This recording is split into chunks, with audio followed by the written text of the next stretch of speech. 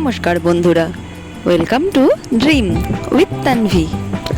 আজ রবিবার, কালী পুজোর ঠিক আগের দিন, মানে যেদিন কি চতুর্দশী পড়ে কালী পুজোর। কালী পুজো বাঙালিদের জন্য অবশ্যই একটা বড় অনুষ্ঠান বা বড় পুজো, বড় সেলিব্রেশন বলতে পারেন। শুধু বাঙালিদের বলবো না, পুরো ভারতের অবশ্যই একটা বিশাল জায়গা জুড়ে কালী পুজো দীপাবলি বলে বা দিওয়ালি বলে সেলিব্রেট হয়। আমার বাড়িতে আমি কিভাবে দিওয়ালি সেলিব্রেট করলাম, কিভাবে কীরকমভাবে ঘর সুন্দর করে সাজাগোজা করালাম, সেটাই এই ব্লগে রয়েছে।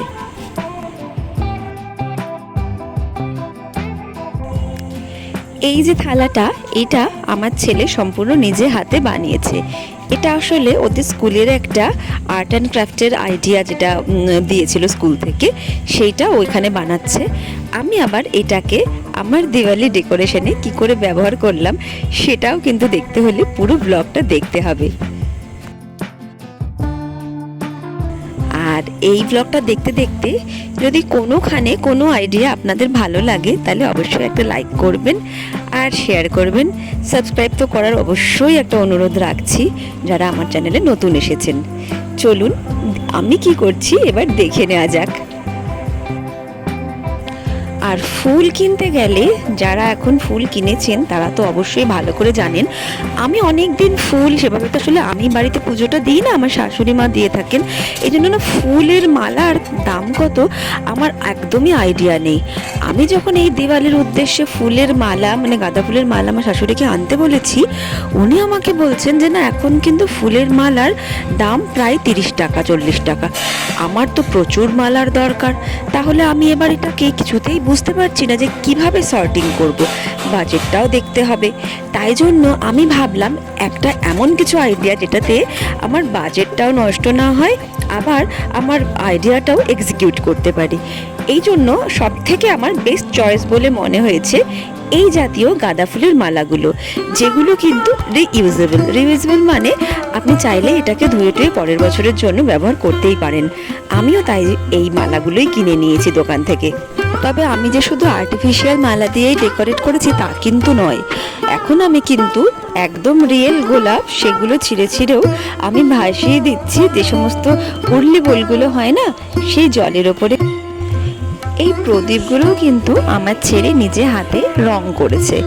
এই যে এই থালাটা যেটা বানাচ্ছিল, এই থালাটা যখন ও কালার করছিল তখন আমি ওকে বললাম তাহলে এক কাজ কর, এই প্রদীপগুলো তো কালার করে দে, তাহলে দেখতে আরো সুন্দর হবে ডেকোরেশনগুলো। চতুর্দশীতে আমার মনে হয় বাঙালি বাড়ির প্রায় প্রত্যেক কটা বাড়িতেই 14 শাঁখ আর 14 প্রদীপ, এইটা কালী পুজোর আগে প্রত্যেক বাঙালি বাড়িরই নিয়ম, হয়তো জানি না, কেউ কেউ এক্সেপশনাল থাকতে পারে, তবে আমার কিন্তু মোটামুটি সকলের বাড়িতে এই নিয়মটা আছে বলে মনে হয়। এখন আমি সেই 14 প্রদীপই সাজাচ্ছি। আমার শাশুড়ি মা কিছু সলতে দিয়ে এগুলোকে রেডি করে রেখেছিল, কিন্তু এই যে সলতেগুলো দিয়েছিল না, সেগুলো গেঞ্জির সলতে, সেগুলো খুব তাড়াতাড়ি ওই যে মানে প্রদীপের যে বুক বলে না, প্রদীপের বুকটা পুড়ে যায়। তাই জন্য আমি একদম এই গেঞ্জির সলতেগুলো একদম পছন্দ করি না। এর বদলে তুলোর যে সলতেগুলো হয়, পুরী ঘুরতে গেলে ওই সলতেগুলো বেশি দেখতে পাওয়া যায়, আমাদের এদিকে একটু কমই পাওয়া যায়, তবুও আমি জোগাড় করে রাখার চেষ্টা করি। সেই সলতেগুলোই আমি পাকিয়ে, এই দেখেন সলতেগুলো পুরো পাকিয়ে আমি একটা একটা করে প্রদীপের মধ্যে সাজিয়ে দিচ্ছি। আর 14 প্রদীপ যেটা, সেটা তো অবশ্যই ঘি ছাড়া দেওয়া যায় না।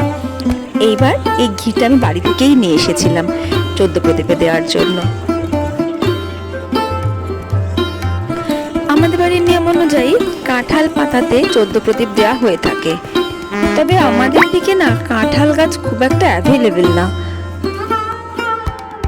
বাড়িতে থাকলে হয়তো তাও কাঁঠাল গাছ বা কাঁঠাল পাতা কোথাও থেকে নিশ্চয়ই জোগাড় করে নেওয়া যেত, আমি সেই সময়টা পাইনি বলে এবার আমি জবা ফুলের পাতা আমার শাশুড়ি তুলেই রেখেছিল আগে থেকে, সেইটা দিয়েই আমি সমস্ত 14 প্রদীপগুলো সাজিয়ে দেবো।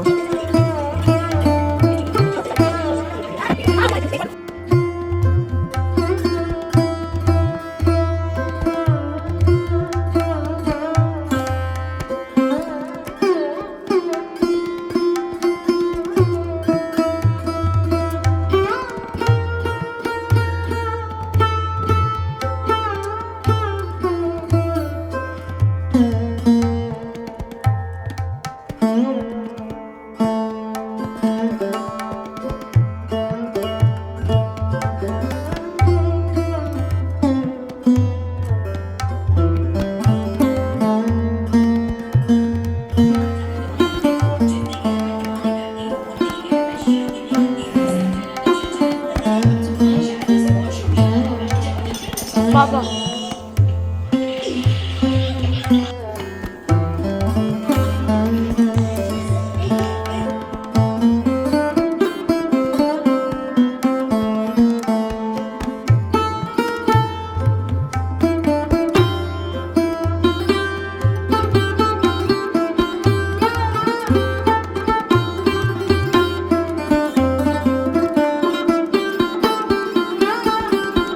আজ সোমবার মানে কালী পুজো।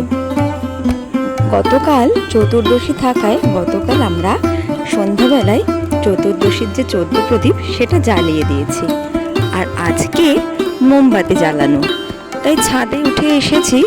মোমবাতি আগে বসিয়ে নিচ্ছি আমি আর আমার ছেলে মিলে, তারপরে এগুলোকে জ্বালিয়ে দেব। বছরের অন্যান্য সময় যেমনই যাক না কেন, আমার মনে হয় কালী পুজোই একমাত্র অনুষ্ঠান যখন প্রত্যেক কটা বাড়ি একসাথে সেজে ওঠে। এইবার চারিদিকের ভিউটা শুধু সবাই দেখেন, এই হচ্ছে গিয়ে চারিদিকের ভিউটা।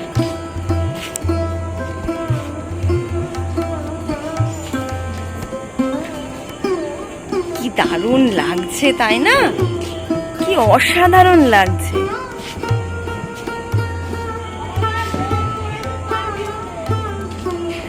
শুধু পাড়াটা একবার দেখেন কেমন জল জল করছে না?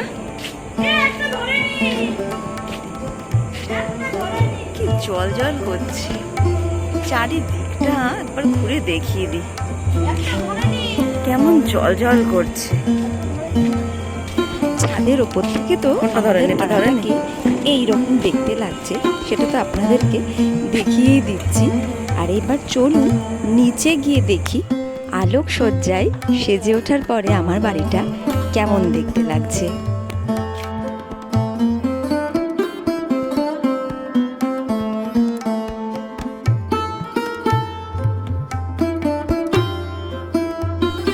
বাড়ি কেমন করে সাজানো হবে এই নিয়ে আমাদের পরিবারে আর কারোর কোনো মাথা ব্যথা না থাকলেও আমি কিন্তু এবারকার আমার যে সামনে যে টুনি লাইট দিয়ে যেটা সাজানো সেটা কিন্তু দুর্গাপুজো থেকেই শুরু করে দিয়েছি। কারণ আমাদের যে টুনি লাইটগুলো দেওয়া হয়, যে ছেলেটি হেল্প করতে আসে মানে যে সাজায় মেনলি, তার একদম সময় হয় না।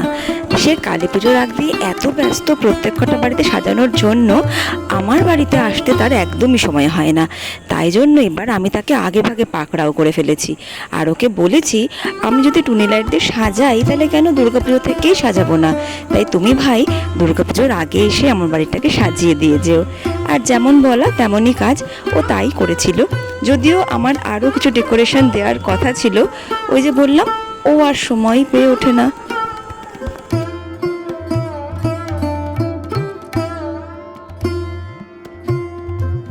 তাই যেটুকু হয়েছে ওটুকু নিয়ে সন্তুষ্ট থাকো।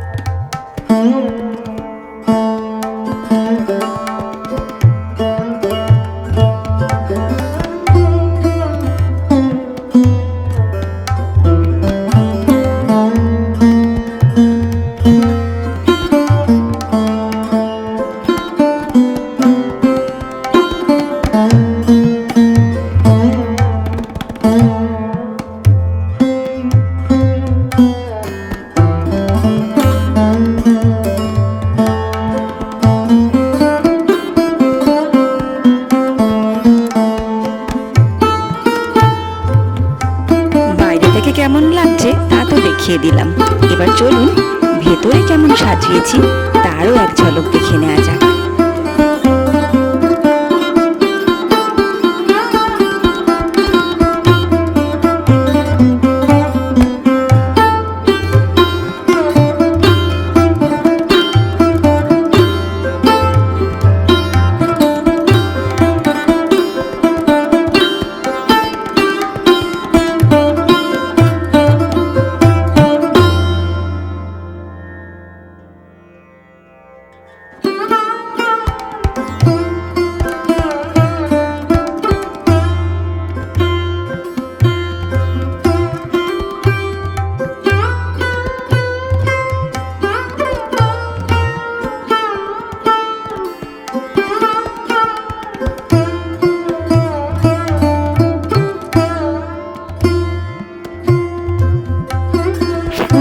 মালাগুলো ছাড়া মানে কিছু ফুলের মালা আমার আগে ছিল, আর এবার আরও কিছু অ্যাডিশন হয়েছে।